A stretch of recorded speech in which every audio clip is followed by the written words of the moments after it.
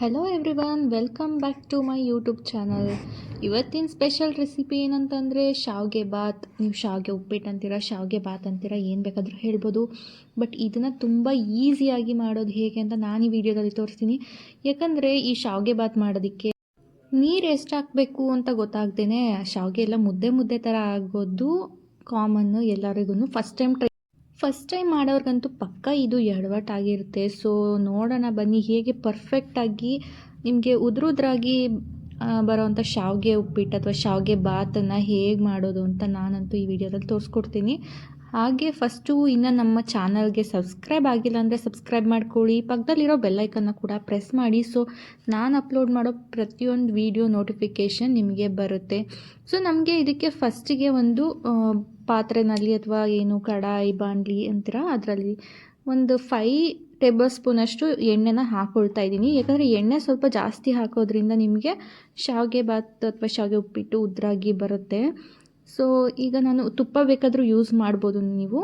ಸ್ವಲ್ಪ ಸಾಸಿವೆ, ಸ್ವಲ್ಪ ಉದ್ದಿನಬೇಳೆ, ಸ್ವಲ್ಪ ಕಡಲೆಬೇಳೆನ ಹಾಕ್ಕೊಳ್ತಾ ಇದ್ದೀನಿ. ಎಲ್ಲ ಅರ್ಧ ಟೇಬಲ್ ಸ್ಪೂನಷ್ಟು ಹಾಕ್ಕೊಂಡ್ರೆ ಸಾಕು. ನಾನಿಲ್ಲಿ ಇಬ್ಬರಿಗೆ ಮಾಡ್ಕೊಳ್ತಾ ಇರೋದು, ನೀವು ಎಷ್ಟು ಕ್ವಾಂಟಿಟಿಗೆ ಬೇಕೋ ಅಷ್ಟು ಮಾಡ್ಕೊಳ್ಬೋದು.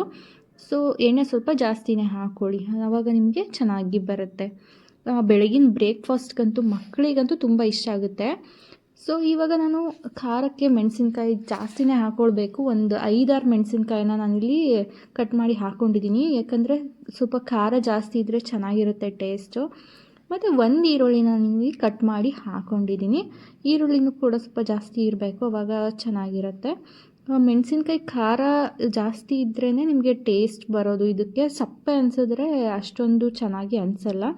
ಸೊ ಖಾರ ಜಾಸ್ತಿನೇ ಹಾಕ್ಕೊಳ್ಳಿ. ಹಾಗೆ ನಾನಿಲ್ಲಿ ಸ್ವಲ್ಪ ಶುಂಠಿನ ತುರಿದ್ಬಿಟ್ಟು ಹಾಕ್ಕೊಂಡಿದ್ದೀನಿ.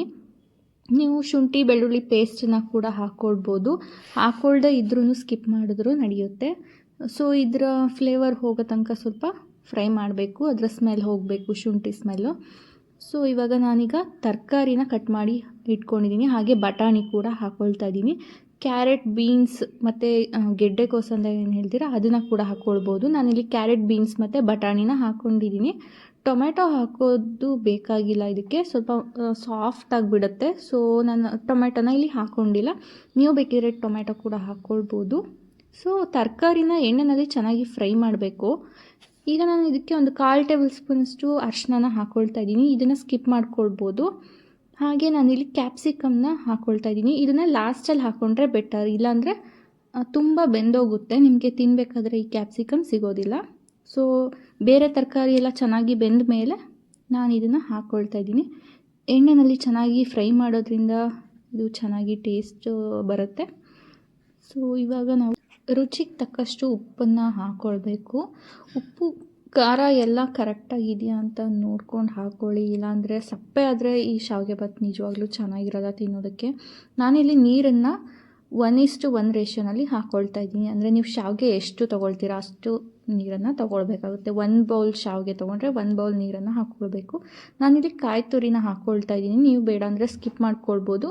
ಹಾಗೆ ಇದನ್ನು ನೀರು ಹಾಕೋದಕ್ಕೆ ಮುಂಚೆ ಕೂಡ ಹಾಕ್ಕೊಂಡು ಫ್ರೈ ಮಾಡ್ಬೋದು ಕಾಯಿ ತುರಿನ. ನಾನಿಲ್ಲಿ ಎಷ್ಟು ನೀರನ್ನು ತೊಗೊಂಡಿದ್ನಲ್ವ ಅದೇ ಬೌಲಲ್ಲಿ ಅಷ್ಟೇ ಶಾವಿಗೆನ ತಗೊಳ್ತಾ ಇದ್ದೀನಿ. ಇದನ್ನು ಚೆನ್ನಾಗಿ ಮಿಕ್ಸ್ ಮಾಡ್ಕೊಳ್ಬೇಕು. ಒಂದು ಸರಿ ಮಿಕ್ಸ್ ಮಾಡಿ ಇದ್ರ ಮೇಲೆ ಒಂದು ಏನಾದರೂ ಲಿಡ್ನ ಕ್ಲೋಸ್ ಮಾಡಿ, ಈ ರೀತಿ ಕ್ಲೋಸ್ ಮಾಡಿ ಒಂದು 5 ಮಿನಿಟ್ಸ್ ಹಾಗೆ ಬಿಡಿ. ಇದೆಲ್ಲ ಮೀಡಿಯಮ್ ಫ್ಲೇಮಲ್ಲೇ ಇಟ್ಕೋಬೇಕು, ನೀವು ಹೈ ಫ್ಲೇಮಲ್ಲಿ ಇಟ್ಕೊಂಡ್ರೆ ಪಕ್ಕ ಸೀದೋಗುತ್ತೆ. ಸೊ ಮೀಡಿಯಮ್ ಫ್ಲೇಮಲ್ಲಿ ಇಟ್ಕೊಂಡು ಒಂದು 5 ಮಿನಿಟ್ಸ್ ಅದನ್ನು ಹಾಗೆ ಬಿಟ್ಟು, ಇವಾಗ ನೋಡಿ ಎಷ್ಟು ಸಕ್ಕತ್ತಾಗಿ ಕನ್ಸಿಸ್ಟೆನ್ಸಿ ಚೆನ್ನಾಗಿ ಬಂದಿದೆ.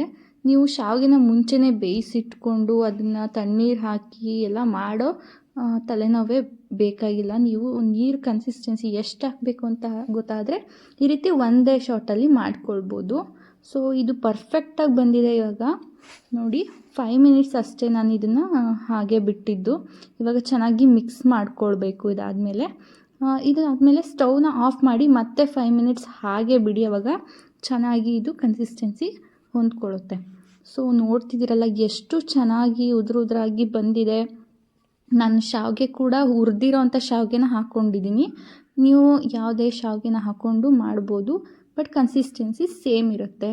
ಸೊ ಇಷ್ಟು ಈಸಿಯಾಗಿ ಶಾವಿಗೆ ಭಾತನ್ನ ಮಾಡ್ಬೋದು ಅಂತ ಅಂದ್ಕೊಂಡಿದ್ದೀರಾ? ಸೊ ಈ ರೆಸಿಪಿನ ನೀವು ಈಗ ನಿಮ್ಮ ಮನೆಯಲ್ಲೂ ಟ್ರೈ ಮಾಡಿ ಹೇಗಿತ್ತು ಅಂತ ಕಮೆಂಟ್ ಬಾಕ್ಸಲ್ಲಿ ಕಮೆಂಟ್ ಮಾಡಿ. ಹಾಗೆ ಪಕ್ಕದಲ್ಲಿರೋ ಬೆಲ್ ಐಕನ್ನ ಪ್ರೆಸ್ ಮಾಡೋದನ್ನು ಮರಿಬೇಡಿ. ಈ ವಿಡಿಯೋನ ಲೈಕ್ ಆ್ಯಂಡ್ ಶೇರ್ ಮಾಡಿ. ಹಾಗೆ ನಮ್ಮ ಚಾನಲ್ನ ಸಬ್ಸ್ಕ್ರೈಬ್ ಮಾಡೋದನ್ನು ಮರಿಬೇಡಿ. So thank you all.